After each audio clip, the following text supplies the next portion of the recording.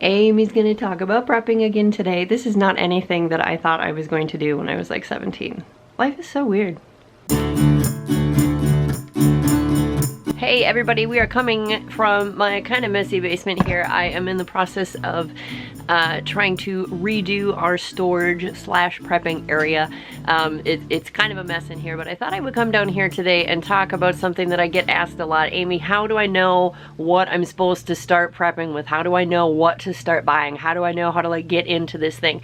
And I'm going to explain to you something that you need to do to make your prepping the most efficient it can be. And it's one of those things that people don't like to hear because it takes a while. And generally when people get into prepping, they just want to go whole hog and they just want to do all the things. But in order for it to be the most efficient, we need to figure some things out. So something you have to figure out if you're going to be very efficient at prepping is you have to know what you use and how much of that thing you use, so you know how much you have to store or how much makes sense to store. How do you figure this out? It's not very exciting, you guys. There's a couple different ways that you can figure this out, but long story short, you need to keep track of what you use. The easiest way, I think, to keep track of what you're using is to actually keep track of your grocery lists, whether you do that using an app or actually writing it out on paper like I do.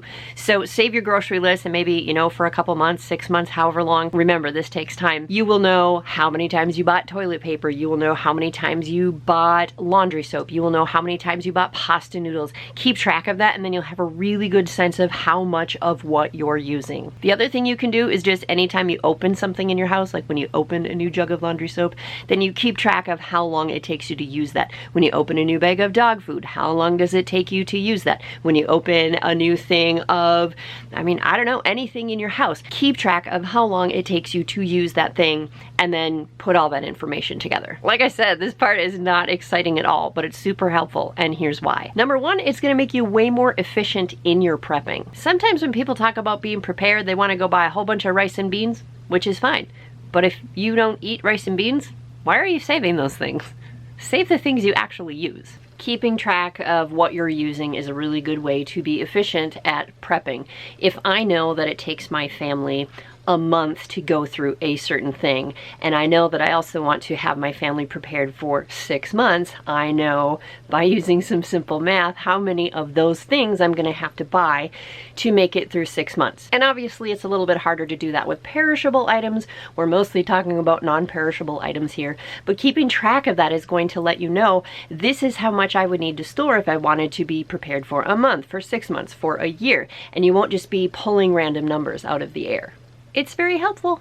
Another really great thing of having a grasp on how much you use of something is that if there's a shortage in something, you know whether or not you need to freak out. Okay, here's the thing, don't freak out when there's a shortage because really it just creates a bigger shortage, but anyway. So for instance, in the great toilet paper shortage of 2020, if you would have known that your family uses X amount of rolls of toilet paper in a certain amount of time, you could have looked at what you had available to your family and known, do I need to freak out or not? Do I need to find another package of toilet paper? Or do I need to go and like clean out the shelves of toilet paper because, oh my gosh, suddenly I think that my family needs to use 47 rolls of toilet paper in a day. You see how this could have been helpful for you? Knowing how much you use and then building up a stock helps you to know whether or not you need to be concerned if you hear that there's a shortage.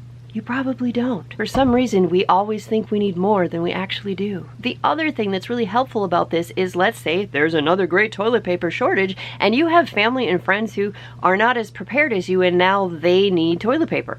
And they ask you, do you happen to have any extra toilet paper that will hold us over until the shortage is done? You can look at your stock of toilet paper and you will know how much you can dole out to family and friends without hurting your own supply, because you know how much your family needs and you know how much you have and you know how long that's going to last you. Knowing how much you use of everything is the first step to becoming an efficient prepper, if you want to call it that. I mean, really, do you have any idea how long it takes your family to go through like a container of garbage bags?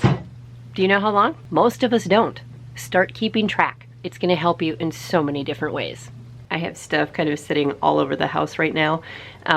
So I'm really excited to take this space that we have in the basement and make it way more organized. It used to just be where we put our canned goods, and we're kind of trying to shift it so a lot of the stuff is in the basement. It doesn't all have to go in the basement, but it's nice and cool down here, and it's a space that is available to us, and so I'm looking forward to reorganizing and making this be very efficient for us.